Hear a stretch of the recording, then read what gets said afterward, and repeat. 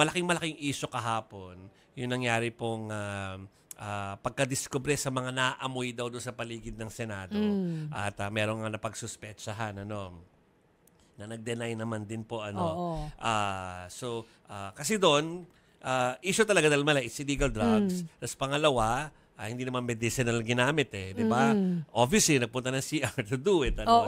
So hindi naman ito for medicinal purposes.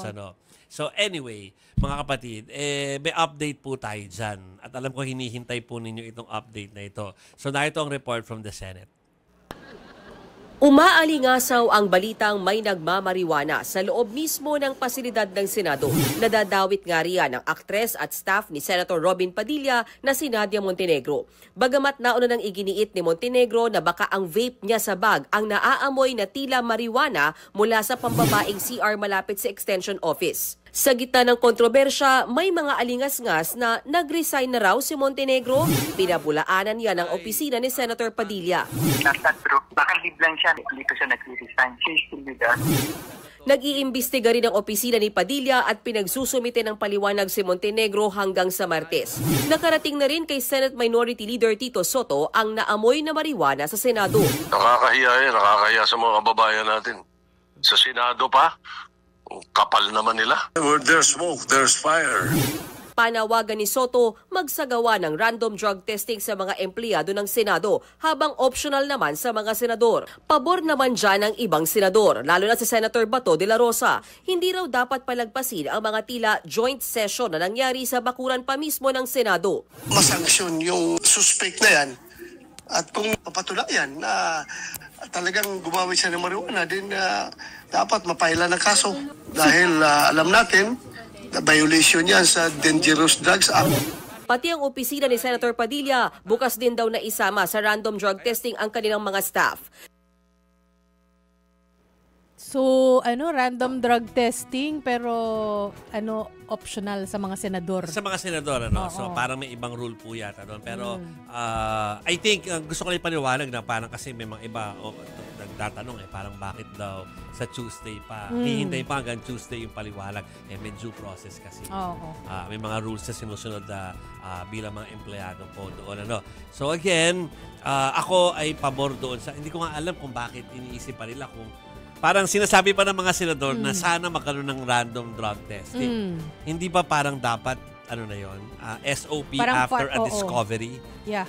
Kung merong discovery na gano'n. Kasi may mga, meron akong mga kumpanyang nasa diyan aside from this company na alam ko na drug-free company yon. So kapag meron sila na-discover, automatic ang pag merong nakita sa mga gamit, das hindi alam kung kanino, automatic yung yung random testing So parang hindi ko maintindihan kung bakit ito pinagdedebatehan pa ng mga Senado kung dapat kailangan o dapat gawin. Abay dapat. Oo. Naku, kung ako din si Nadia, magli-leave din ako kung may random drug test. Joke! Hindi po hindi po proven pa, 'di ba? Pero of course, we will wait for her explanation bilang due process pero para kasi lumalabas wala na sila ibang tinutukoy Parang inisip ko yung po nilabas kahapon na papeles ng Senado ay wala nang ibang kinwestiyon. Parang siya lamang po So we are all waiting for her explanation tungkol dito. Although meron na sa instant explanation nga na baka po yung vape ko nga daw na amoy amoy marijuana. Pero hindi po kami nagve-vape Sinusunod po namin yung mga doktor na nasuki namin dito na nai-interview na talagang for them ay i-dissuade ang mga tao from using vape kahit na hindi naman to sigarilyo pero hindi rin naman nakakabuti raw. So hindi po namin alam kung posible ba na yung vape, baka may nakakaalam na viewer natin yung vape ay mag-amoy na ganon. Pwede is it that close? Is the smell that close to the illegal drug which is marijuana?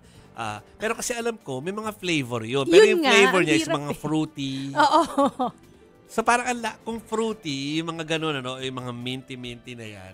Parang ang layo niyan sa pero hindi rin natin alam.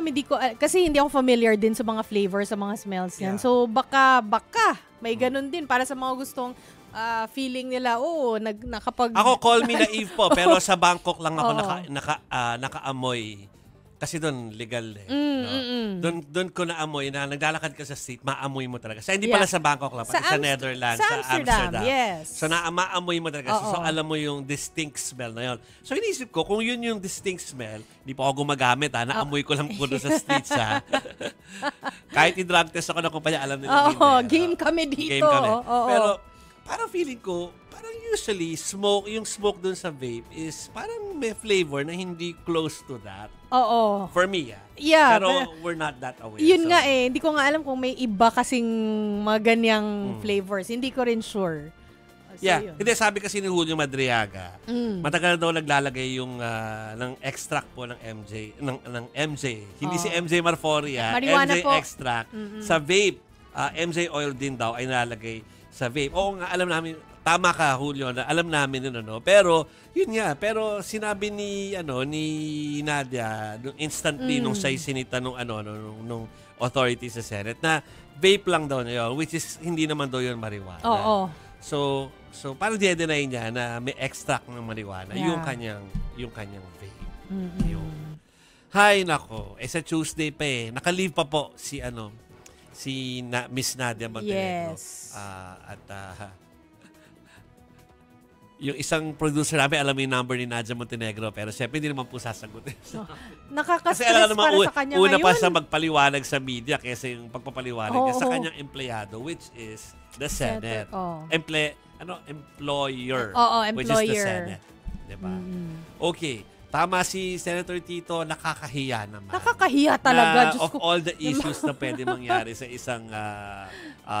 Diyan nagaganap yung paggawa ng mga batas ng ating bayan. Kaya nga. Tapos may ganyan. Kung totoo nga man yan, ha? Kasi wala pang proof naman. We'll wait for Tuesday. Ano po, mga